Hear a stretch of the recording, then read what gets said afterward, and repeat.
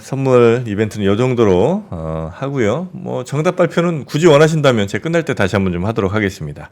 오늘 시간은 저희가 이 기업 괜찮나 시리즈를 쭉 하고 있는데 말입니다. 지난번에 SK도 한번 나왔었고요.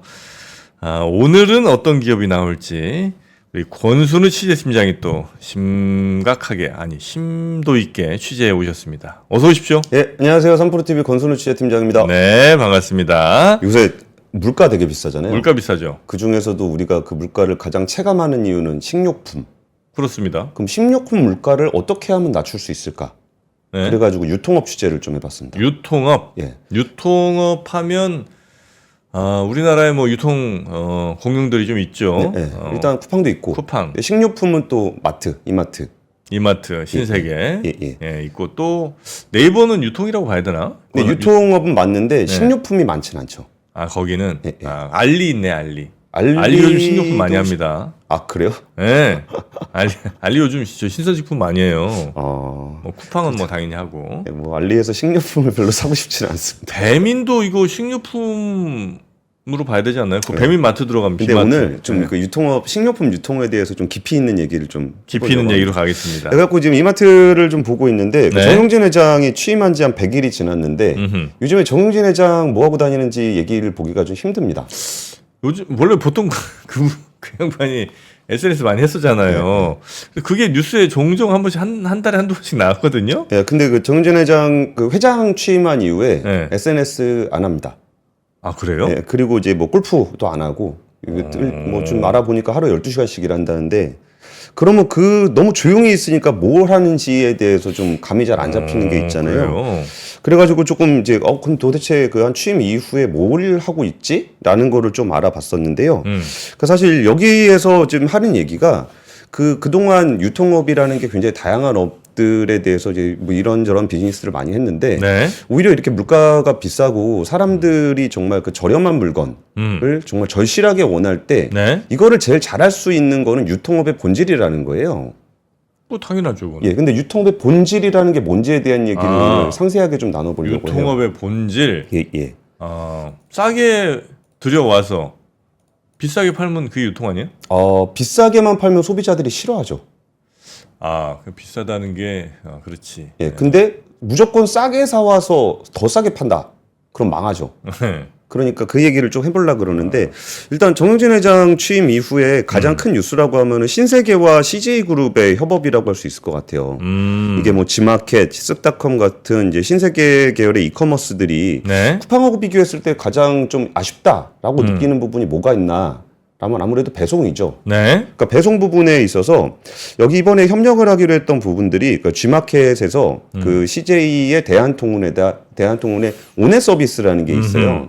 이거를 이제 딱 오네. 네, 다음날 바로 맞아, 맞춰주는 맞아. 거. 그래서 G마켓에서 그동안은 자체물류 사업들에 투자를 많이 했었습니다. 네네. 근데 이게 자체물류 사업에 투자를 많이 하다 보면 쿠팡이 그동안 굉장히 좀 많은 적자를 가질 수밖에 없었던 이유도 자체물류 쪽이었거든요. 네. 그러니까 그런 경쟁을 하다가 그러니까 그러는 게 아니라 그냥 진짜 유통업은 유통업에만 집중을 하고 투자도 이쪽에다가만 하고 물류는 아예 물류 전문 업체한테 맡기자.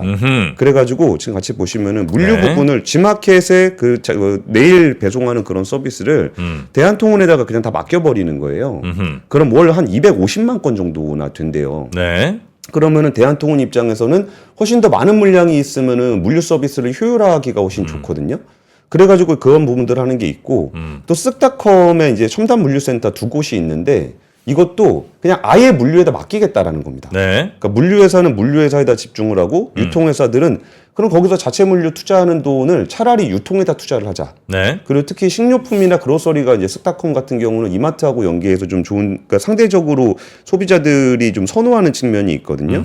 그래가지고 그쪽에다가 집중하는 방식으로 바꾼 거예요. 네. 그리고 이거를 그러면 또, 그러니까 유통을 잘 하려면 저렴하게 가지고 와서 저렴하게 공급을 하려면 처음에 상품 기획 단계부터 잘 돼야 됩니다. 그렇죠, 그렇죠. 그러니까 뭐 CJ 제일제당이라든지 이런 데하고 이마트하고 아니면 이마트 쓱닷컴, 지마켓 이런 데들이 협업을 해가지고 처음부터 이런 물건 만드는 사람 입장에서 제일 불안한 게 내가 이걸 만들었을 때 진짜 잘 팔릴 수 있을까? 네. 많이 팔릴 수 있을까? 이런 부분들이 고민이 되잖아요. 그렇죠. 그럼 유통사가 그 정도 물량을 만들고 그럼 내가 이걸 다 사서 다 팔아줄게. 그러면은 훨씬 더 대량으로 만들 수가 있게 되고 더 싸게 그럼 받을 훨씬 수 더 있고. 싸게 만들 수 네, 있게 되는 네. 거예요. 그리고 식품의 기획 단계부터 제일제당하고 이마트하고 같이 하는 게 있고 또 이제 멤버십 신세계에도 계열사가 여러 군데가 있고 CJ도 계열사가 되게 여러 군데가 있잖아요. 그럼 멤버십이라는 거는 내가 그 포인트를 받았을 때 쓸 수 있는 곳이 많아져야 됩니다. 네네네. 그러다 보니까 이제 신세계 포인트하고 CJ 원 포인트 멤버십의 제휴를 확대하는데, 그러니까 이런 부분에 있어서 그 정영진 회장 같은 분들이 직접 움직여야 되는 부분들이 있는 게 이게 계열사가 많아요. 그러니까 하나하나 협력을 해서 할 수 있는 부분들이 아니란 말이에요. 각 그 계열사별 뭐 사장들이 그냥 얘기할 수 있는 건 아니고 예, 예. 뭔가 그 큰 뒤에서 어떤 픽처들이 있어야 되는군요. 그렇죠. 그러니까 네. 계열사들이 일괄적으로 움직여야 되는 그렇죠, 거잖아요. 그렇죠. 그러다 보니까 여기서 뭐 정영진 회장이 직접 이거를 지휘해서 움직이지 않았을 때 하기가 좀 어려운 요건이었는데 네. 그런 부분들이 좀 있었고요. 그리고 여기 좀 그 이마트 쪽 얘기, 뭐 신세계 쪽 얘기 들어보니까 분위기가 조금 살벌해요. 왜요? 싸늘합니다. 아 위기감. 그러니까 위기감도 그렇고 인사를 굉장히 강력하게 하고 있어요. 인사를? 예, 예. 아. 그러니까 이게 전통 유통기업들 같은 경우에는 정기 인사를 주로 합니다. 그러니까 경영 안정성적인 측면에서 때 되면 뭐 과장되고 때 되면 부장되고 이렇게. 그렇죠. 예. 그리고 이제 더 정해진 시간에 예. 뭐 연말이라든지 뭐 이렇게. 아. 근데 이번에 그 취임한 지 100일 됐는데 인사를 하는데 정기 인사도 아니고 수시 인사를 하는데 그냥 흔하게 생각할 수 있었던 게 원래 조직에서 보면은 다음 순서라는 게 있잖아요. 예. 누가 여기 갔으면 그 다음 내가 여기 가고 뭐 이런 거 있잖아요. 그런 부분이 아니라 지금 최근에 인사한 것들 이렇게 보게 되면은 G마켓의 대표가 알리바바 출신입니다. 그리고 쿠팡 재무임원 했던 사람입니다. 아 그래요? 네, 경쟁사 사람을 데려다가 대표를 한 건데 정기 인사도 아니라 갑자기 수시 인사로. 그리고 기술본부장은 쿠팡 출신입니다. 아 그래요? 네, 제품 최고 책임자는 네이버 출신을 데려왔어요. 오. 그러니까 이제 내부적으로 이게 뭐지? 뭔가 진짜 뭐 좀 큰 변화를 제대로 하지 않으면 제대로 좀 가기가 어렵겠구나 하는 게 있고 SSG닷컴 같은 경우는 최은학 전무가 이제 대표를 겸임하게 됐는데 네. 이분이 식료품을 총괄하는 영업본부장입니다. 출신입니다. 그러니까 SSG닷컴은 확실하게 그로서리 쪽에 투자한다. 네. 그런 쪽을 완전히 강조하고 있는 거고요. 그러다 보니까 이제 그러니까 물류센터 같은 경우는 아예 CJ 대한통으로 이관을 시키니까 네. 그러면 그거 인사까지는 제가 취재를 못했는데 그 물류 담당하시던 임원 자리는 굉장히 약해지지 않았을까라는 생각이 좀 들었습니다. 그러니까 그 쿠팡도 뭐 나름 굉장히 배송이 편하잖아요. 그게 이제 최대 강점이기도 했고. 예, 예. 근데 요즘에 그 온회 배송이 있잖아요. 예, 예. 그것도 괜찮더라고요. 제가 해보니까. 그렇죠. 저도 이제 뭐 네이버랑 뭐 이런 데서 막 물건 살 거 아니에요. 그러면 이제 가끔 이제 온회 배송에서 와요. 그러면 이제 거의 실시간 뭐 위치도 다 당연히 알려주고, 예. 그다음에 또 도착하고 나면 그 뭐 이렇게 사진 같은 거 해서 예. 또 문자로 알려주고, 뭐 그리고 거의 뭐 쿠팡이랑 큰 차이 없다 싶은 생각이 들긴 하던데. 그러니까 물류 회사도 좀 고민이 예. 이게 물류가 이렇게 뭐 예를 들어 당일 배송 서비스를 강화를 했을 때 예. 당일 배송은 조금 비쌀 수 있잖아요. 그럼 당일 배송에 얼마나 정도 물류가 들어오느냐가 물류 회사 입장에서는 굉장히 고민이에요. 아, 그렇죠, 그렇죠. 근데 거기서 G마켓의 물량이 월에 한 200에서 250만 건 되는 물량이 따박따박 들어온다라 그러면은 물류 쪽에 투자하기도 훨씬 수월해지는 거예요. 그렇죠. 그리고 이제 그런 부분들을 이제 그 유통회사가 물류업에 투자를 해가지고 따라가기보다는 차라리 그 부분들은 투자는 자기 유통 쪽으로 강화를 하고 네. 물류는 전문 기업에다 맡기겠다는 겁니다. 그리고 사실 신세계그룹의 가장 큰 고민 중에 하나가 신세계 건설이었어요. 건설. 예. 신세계 아파트가 뭐 있어요? 그러니까 신세계건설이 뭐 백화점도 만들고 네. 마트도 만들고 뭐 그런 것들을 하는데 자기네 건물 만드는 것만 해도 괜찮네. 예, 예. 근데 거기가 이제 그 미분양, 아파트까지는 모르겠는데 미분양 때문에 좀 어려움을 좀 겪고 있었는데 이따가 실적 보여드릴 건데 신세계 건설 때문에 전반적인 실적이 안 좋았습니다. 근데 거기에 신세계 건설 사장님도 중간에 그냥 날아갔습니다. 아 그래요? 예, 그리고서 누구를 임명했냐면은 네. 그룹의 재무통, 이게 오타네요. 그룹의 재무통 허병훈 대표를 임명을 했는데 이거는 뭐냐면은 신세계 건설에서 문제가 생겼을 때 신세계 건설 차원에서 해결이 안 돼요. 그러니까 이제 계열사들이 함께 도와줘야 되는 부분이 있다 보니까 그룹의 재무통을 보낸 겁니다. 그래가지고 뭘 했었냐면은 그 좀 수익이 나는 영랑호 리조트를 흡수합병해가지고 수익원을 만들고 조선호텔의 레저 부문을 양도하고, 그러니까 신세계 건설이 가지고 있던 레저 부분을 신세계 건설에다 양도하고, 그리고 거기에서 좀 수익이 나는 영랑호 리조트를 흡수합병을 하게 되면은 유동성을 확보하고, 그 다음에 차기적인 유동성을 좀 저기 할 수 있는 게 돼 있잖아요. 그리고서 한 6,500억 정도 한 2, 3년치 현금 흐름 딱 만들어 놓고, 그러니까 지금 부동산 경기 언제 돌아올지는 모르잖아요. 그러니까 여기서 돈 못 갚으면 어떡하냐 이런 문제가 생길 수 있기 때문에 한 2, 3년치 실탄 쟁여놓고서, 그리고 한 2, 3년 정도 지나면 한 2027년 말쯤 되면은 스타필드 청라 건설이 시작된다는 거예요. 신세계가 만드는 거예요? 예, 예. 그러면 그때부터는 이제 신세계 건설에 따박따박 들어오는 수익원이 생기기 때문에 이제 더 이상 시장에서는 부동산 관련해서 이제 건설사 걱정은 좀 하지 않으셔도 된다라는 시그널을 좀 보여주고 있는 겁니다. 신세계가 그 찾아보니까 아파트 브랜드는 빌리브네, 빌리브. 빌리브. 빌리브. 예, 예. 그리고 이런 부분들의 변화가 보면은 이게 그 어떤 이걸 뉴스로 볼 때는 개별 단위의 뉴스들이 이렇게 나와요. 그러다 보니까 요런 변화가 있다라고 느껴지는데, 저희가 요새 인덱스에서 주로 하고 있는 얘기들이 파편화된 뉴스들을 모아가지고 방향에 대한 설명을 좀 드리고 있잖아요. 네. 그래서 그런 부분들로 좀 보시면 될 것 같고, 이게 그 정영진 회장 취임 100일 동안 일어난 일이다라는 얘기를 좀 드리고 있습니다. 네. 그리고 또 유통업 관련한 얘기를 좀 해보면은 제가 또 얼마 전에 미국 좀 갔다 오지 않았습니까? 네. 원래 일주일 갔다 온 사람이 얘기를 제일 많이 해요. 네. 원래 축하드립니다. 대학교 때도 농활 한번 한 달 갔다 오면은 거의 농민 돼서 얘기하잖아요. 근데 거기서 얘기 많이 들었던 얘기가, 미국이 지금 고금리 고물가 때문에 되게 힘들다라고 얘기하면서 그나마 월마트에 가면은 식료품은 싸다. 그러니까 식당 가면 막 팁 가격도 엄청 오르고 막 서비스 가격도 오르고 그래서 그래서 월마트 거리 뭐 매출 뭐 기록적이라면서요. 엄청 많이 올랐죠. 네. 그래갖고 예전에 월마트는 조금 서민들이 많이 가는 분위기가 좀 있었는데 고물가 고금리가 되다 보니까 거기 약간 중산층 이상 되는 분들도 많이 가서 오히려 매출이 더 늘었다. 네. 뭐 그런 얘기들도 좀 나오는데, 이게 얼마 전에 그 얘기도 했었잖아요. 그 농림부 장관님이 뭐 삼겹살값 2만 원 넘었다라 그랬더니 직접 설명을 했잖아요. 삼겹살은 3,500원이고 식당에선 2만 원인데 삼겹살은 죄가 없다.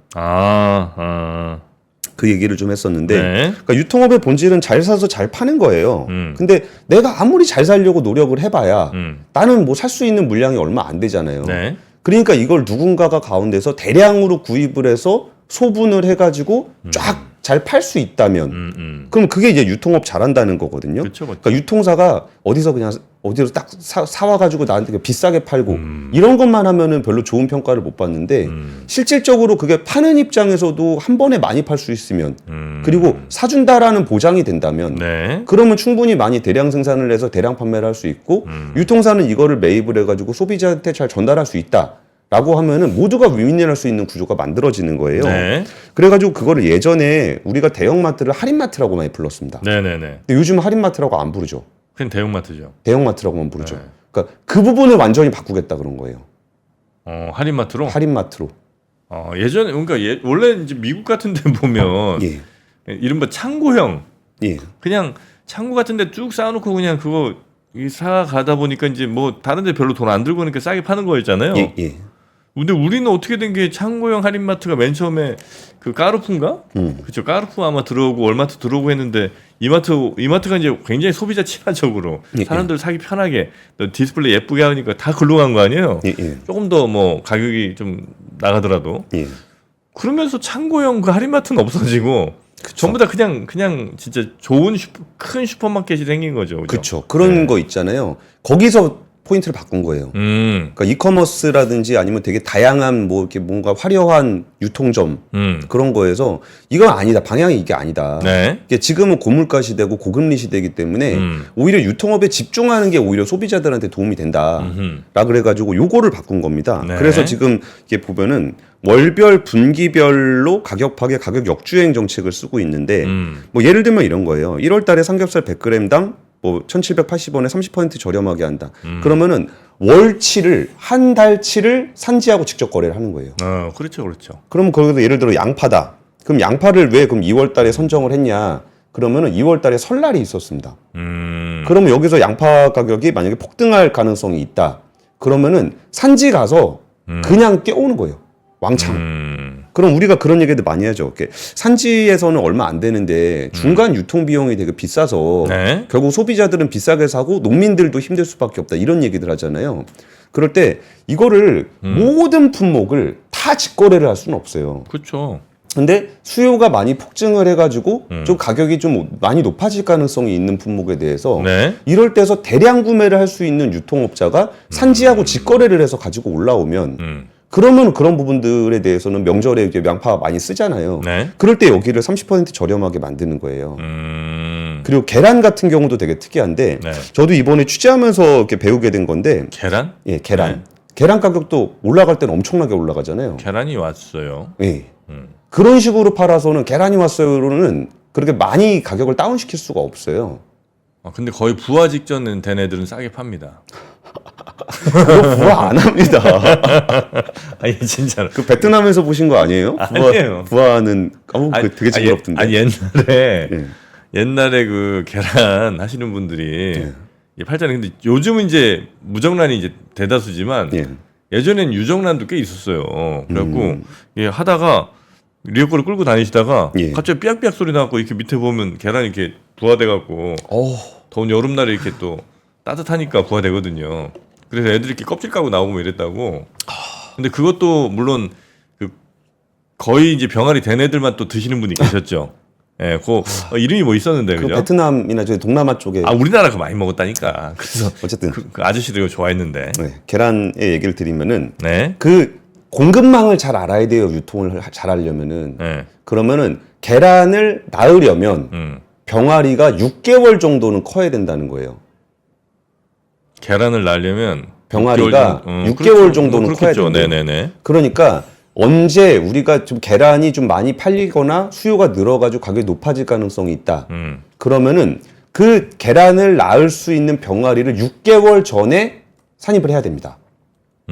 그래가지고 그거를 그러니까 유통업체, 그러니까 이마트가 거기 양계장에 가서 6개월 후에 내가 이만큼 사갈 거니까 병아리 이만큼 넣어서 나오면 내가 다 사줄게.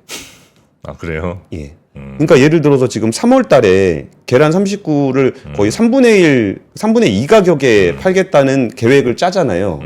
그러면 최소한 작년 9월에는 양계장에 가서 이 정도 병아리를 양계장에서 하세요. 그 계란 낳도록 하세요. 그리고서 이게 쭉 나오면 내가 이 가격에 다 사드릴게요. 그 계획이 짜져야 최종 소비자들한테 이렇게 가격을 낮춰줄 수가 있는 거예요. 네네네네. 그래서 이게 우리가 마트에서 싸게 팔면 좋지라고 하겠지만 진짜 그걸 싸게 팔려면 이런 기획들이 좀 필요하다는 겁니다. 그리고 이거를 보면은 여기선 분기별이잖아요. 네. 그러면은 거의 3개월치 수요를 미리 예측을 해야 돼요. 근데 계란은 뭐 거의 일정하지 않아요? 일정하지 아닌가? 않을 수도 있죠. 왔다 갔다 하나? 예. 계란 같은 경우는 뭐 이렇게 빵집 같은 데서 엄청 쓸 거고. 예. 그다음에 사람들이 집에서 먹는 게 뭐 대충 뭐 이렇게 철별로 막 뭐 월별로 막 바뀌진 않을 것 같은데 계란. 근데 이거를 한번 이것도 같이 보여드리면은 네. 이 가격이 변하거든요. 계란 가격이. 네, 계란 가격이 이렇게 변해요. 보면은 여기에 뭐 도매 가격만 기준으로 봤을 때 5,500원, 5,100원, 여기 4,900원으로 떨어지죠 여기. 5,100원, 5,200원. 이게 3월 달입니다. 근데 이건 약간 그런 것 같아. 그 1분 뚝딱 요리 아저씨나 아니면 저 예. 백종 아저씨 같은 사람이 계란말이 한번 하잖아요. 예. 사람들 엄청 합디다 그거. 그러니까 그렇게 할 수도 있는데 네. 계절 수요가 있는 경우에 이거를 근데 만약에 이렇게 기획을 해서 대량 매입을 했어요. 근데 안 팔려. 그럼 냉장고에 잘 보관해야 그럼 유통업체가 엄청나게 손해를 볼 수도 있거든요. 그렇죠. 그러니까 그런 것들을 잘 예측해내는 게 유통업체의 본질적인 역량인 거예요. 그러니까 어디서 싼 거 이렇게 딱 사가지고 와가지고 이 사람들한테 비싸게 팔고 네. 이게 아니고 진짜 수요 예측과 대량 구매를 통한 가격을 다운시키는 것과 이걸 잘 팔 수 있는 게 끝까지 이어져야 되는 겁니다. 그 예를 들어서 우유를 3개월치를 먼저 팔려고 한다. 그러면은 이것도 우유 만드는 곳과 긴밀하게 연계가 돼야 되는 거예요. 그래갖고 서울우유하고 뭐 7개월 동안 기획을 해가지고 25% 할인된 물건을 우유를 판다거나 그리고 뭐 예를 들어서 국내에서 뭐 사과 가격, 배 가격 엄청 올라갔었죠. 그럼 딱 해외 돌아다니면서 어디 산지에서 어떤 과일 싼지 봐가지고 그것도 막 컨테이너 단위로 막 대량 매입. 그렇게 해와야 저렴하게 공급할 수 있는 거거든요. 그래서 이런 부분들이 좀 요새 물가 때문에 너무 힘드니까 좀 이런 부분들을 좀 잘해줬으면 좋겠다는 생각이 좀 들었던 거예요. 근데 사과 누가 이거 저 중간에 창고에 한참 쌓아두는 거 아니에요 지금? 그러니까 그런 게 있을 수도 있는데 나 그런 게 약간 있을 의심돼. 때 그럼 이거를 누가 쌓아두고 있을 때 그럼 그걸 누가 어디에 뭐 있는지 알고서 가지고 오냐는 거예요. 그것도 뭐 소비자가 알 수는 없잖아요. 이거 중간 도매업자 중에 누군가가 지금 엄청 창고에 쌓아둔 것 같아. 그러니까 그거 중간 도매업자도 유통업자잖아요. 그렇죠, 그렇죠. 그러면 다른 유통업자들이 그런 부분들에 대해서 경쟁을 이루어줘야 된다는 거죠. 그렇죠, 그렇죠. 그리고 거기에 더해서 네. 이거를 많이 샀어요. 네. 많이 샀으면 잘 파는 것도 생각보다 어렵습니다. 잘 파는 거? 예. 파는 거, 그렇죠, 하긴. 그래가지고 네. 그 지금 이마트하고 이마트 슈퍼마켓 에브리데이 있잖아요. 이마트 24 CEO가 한 명입니다. 이마트 CEO. 그러니까 이마트, 네. 이마트 슈퍼마켓인 에브리데이, 네. 이마트 24. 24 편의점. 예, 거기를 한채양 대표 한 명이 하고 있습니다. 왜냐하면 대량으로 구매를 했으면 네. 대량으로 팔아야 되잖아요. 그러면은 자기가 팔 수 있는 유통 채널이 많아야 되는 거예요. 그러니까 개별적으로 그런 전략을 짜는 게 아니라 그렇지, 그렇지. 한쪽에서 이걸 짜가지고 대형마트에 납품하는 건 이런 거, 슈퍼마켓은 이런 거, 이마트는 이마트 24는 편의점은 이런 거 해가지고 이거를 대량 구매를 해서 대량 판매를 할 수 있는 구조로 만들기 위한 인사가 이루어졌었던 겁니다. 그래서 이제 사과 같은 거 대량으로 싸게 사왔다 치면 마트에서도 팔고 갑자기 이제 편의점에도 봉지 사과 이렇게 막 담아갖고 예. 좀 싸게 내놓고 1+1 내놓고 막 이렇게 한다는 거죠? 그렇죠. 그리고 실제로 아까 전에 계란 가격 3월달에 행사하면서 좀 떨어진 거 있었잖아요. 네. 그러니까 특정한 어떤 유통업자가 이걸 공급해가지고 가격을 이렇게 싸게 내놓으면은 나머지 시장 가격도 내려갈 수밖에 없어요. 뭐 그렇겠죠. 그렇게 되면은 지금 삼겹살이 아까 1월달에 행사한다 그랬었잖아요. 네. 행사했다 그랬잖아요. 같이 보시면은 요게 1, 2월에 행사를 했습니다. 이마트가. 그러니까 쭉 삼겹살 가격이 떨어지는 추세를 보여요. 근데 나는 항정이 낫던데. 삼겹 이제 나는 조금 이제 물렸어. 예, 예. 난 이제 그냥 항정 먹으려고요. 네, 항정이 맛있더라. 그리고 이제 제조품 같은 경우에도 네. 뭐 제품 패키징 같은 거 있잖아요. 뭐 네. 뚜껑이라든지 포장이라든지 이런 거 어떻게 해야 되냐라 그랬을 때 유통업체에서 그 패키징 좀 가볍게 해가지고 약간 좀 외모가 예쁘지 않아도 내가 다 사서 팔아줄게요. 그러면 제조업체들이 그렇게 만들 수 있잖아요. 이런 부분들에 대한 기획도 좀 같이 좀 이루어지고 있습니다. 네. 이거 저 이마트 여기 앱은 참 통합 안 한답니까? 그것까지는 제가 그것까지는 몰라요. 네. 왜냐면 저희 이제 아내 되는 분이 예. 아내 되는 분이 아내가 예전에 그 이마트 한참 많이 썼단 말이에요. 예. 근데 이제 그 이마트 24 뭐 이게 쓱 닦고 이게 막 여러 개가 다 있어 거기에. 예, 예. 그래서 그건 좀 통합하면 좀 이용하는 분들이 좀 편하지 않나 이런 댓글도 좀 있길래 소개 잠깐 해드렸고요. 예. 네. 그래서 실적이었던가. 실적 예. 그 결과가 좀 네. 나오나. 실적 좀 좋지 않을까? 힘들 것 같은데. 그러니까 이게 좀 네. 실적이라는 거는 조금 시간을 더 두고 보긴 해야 되는데 네. 그 작년에 이마트가 거의 똔똔했었고 신세계건설에서 좀 적자가 크게 나고 막 그래가지고 되게 힘들었었거든요. 근데 1분기 실적을 이렇게 보면은 일단은 그 매출액이 2.3%가 늘고 영업이익이 전년 대비해서 44.9%가 늘었습니다. 몇 프로? 44.9% 영업이익 기준으로. 그래요? 예, 예. 왜? 어떻게 이렇게 잘 나왔어? 그러니까 일단은 여기서 우리가 오프라인 마트를 좀 가는 사람들이 많이 줄지 않았나라는 생각들을 하게 되는데 일단 여기서 이게 좀 중요한 숫자예요. 오프라인 그 사람 가는 사람의 숫자가 2.7%가 늘었다는 거예요. 네네네. 그러니까 이게 사실 사람들이 가게 만들려면은 뭔가 메리트가 있어야 되잖아요. 근데 우리가 지금 되게 중요하게 생각하는 게 어떤 화려한 경험이라든지 예전에는 뭐 오프라인 경험이라는 거를 되게 얘기를 많이 했었다 그러면 네. 지금은 가격에 대한 얘기를 많이 하잖아요. 그래가지고 이렇게 미리 이거 보고서 이거는 내가 되게 뭐 사서 먹어야 되겠는데 굉장히 싸네? 그럼 한 번씩 가는 거잖아요. 네. 그래서 오프라인으로 간 그 고객 수가 2.7%가 늘었다는 거예요. 그러니까 점점 사람들은 오프라인을 안 가고 이커머스를 이용할 거야라는 추세가 계속적으로 이어왔다 그러면은 네. 지금은 진짜 그 찐으로 가격 내릴 수 있다면 그러면 간다는 거죠. 그리고 더 높게 나온 숫자를 보면은 네. 트레이더스입니다. 트레이더스는 오히려 그 아까 얘기했던 창고형 할인 마트잖아요. 네. 그 트레이더스 같은 경우에는 오프라인 객수가 7.5%가 늘었습니다. 아, 트레이더스는 사람들이 좋아하더라. 그죠. 예. 트레이더스 언제 많이 가냐면 제가 이제 보니까 그 뭐지 캠핑 갈 때 맞아 캠핑 갈 때는 무조건 사람들이 트레이더스 가서 예. 거기서 뭐 고기 이렇게 막 좀 그쵸, 대량으로 그쵸. 좀 사고 뭐 이런 건 좋아하시더라고요. 그리고 그렇게 가면은 네. 싸다는 거 알잖아요. 예, 그리고 애 있는 집이 좋아요. 애 있는 집이 뭐 이렇게 막 저 기저귀 쌓아놓고 뭐 아, 사잖아요. 맞아요. 예, 그런 거는 트레이더스 좋다고 제가 들었습니다. 그러니까 이게 결국은 우리가 그동안 뭐 그럼 오프라인을 왜 안 갔냐 그러면 이제 커머스가 편하니까 라는 것도 맞아요. 네. 그리고 커머스가 그러면은 모든 그 유통업을 커머스가 다 할 것인가 라고 봤을 때 마트 가서 정말 이렇게 저렴하게 뭐 살 수 있는 그런 구조가 되고 그럼 마트가 그 중간에서 그냥 싸게 파는 것 정도가 아니라 아예 기획 단계부터 그걸 자기들도 수익을 볼 수 있게 하면서도 소비자들이 저렴하게 이용할 수 있는 그 유통업의 제일 본질적인 부분이잖아요. 그런 부분들을 할 수 있다면 간다는 건데 트레이드 아까 제가 그 이마트 영업이익 44.9% 늘었다 그랬잖아요. 네. 트레이더스는 영업이익이 313%가 늘었습니다. 언제보다. 그 전년 동기 대비. 그래요? 예. 너무 많이 늘은 거 아니에요? 그러니까 이거 그냥 숫자로 나오는 거잖아요. 약간 기분 나쁜데 별로. 왜요?